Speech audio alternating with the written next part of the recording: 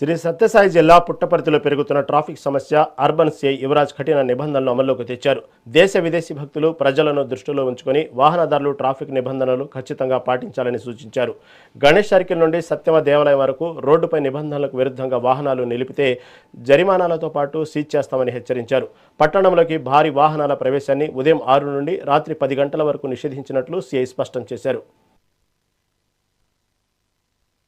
ఈ పుట్టపర్తి అనేది ప్రపంచ ఆధ్యాత్మిక కేంద్రం కావున ప్రపంచ నుంచి నలుమూలల నుంచి కూడా మనకు భక్తులు అనేది వస్తారు. కాబట్టి వారికి వాళ్ళందరూ కూడా డెవలప్డ్ కంట్రీస్ వస్తారు. కాబట్టి మనం ఏదైతే ఉన్న ట్రాఫిక్ వాళ్ళకి కొద్దిగా ఇబ్బందికరంగా ఉంటుంది. కాబట్టి దాన్ని మ్యాక్సిమంగా వాళ్ళకి ఇన్కన్వీనియన్స్ లేకుండా, అలాగే మన ఎవరైతే భక్తులు కానీ లేకపోతే మన జిల్లా భక్తులు కానీ లేకపోతే జిల్లా ప్రజలు కానీ లేకపోతే దాన్ని కూడా ఏదైతే ట్రాఫిక్ అనేది రోడ్లు అనేది నేరగా ఉండడం వల్ల మనం కూడా ఖచ్చితంగా వాళ్ళకి వచ్చే భక్తులకి ఇన్కన్వీనియన్స్ లేకుండా ఇబ్బందికరంగా లేకున్నట్ల మనం ఎన్ని చర్యలు పోలీసు వారి వైపు కానీ లేకపోతే ప్రజల వైపు కానీ లేకపోతే అదర్ దెన్ షాపుల వాళ్ళ నుంచి కూడా మనం అందరూ కూడా సహకరించాలా.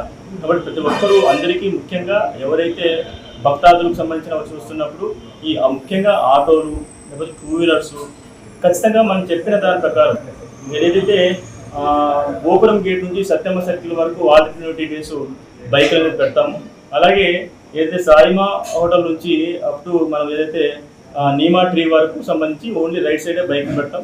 అదర్ దెన్ ఒకవేళ ఈ మధ్యలో ఆటోలు అనేది ఖచ్చితంగా ఎవరు కూడా ఇటుపక్క పెట్టకూడదు. ఏమైనా ఉంటే బస్ స్టాండ్ దగ్గర కానీ లేకపోతే వాళ్ళ ఆఫీస్ స్టాండ్లో కూడా పెట్టుకోవాలి.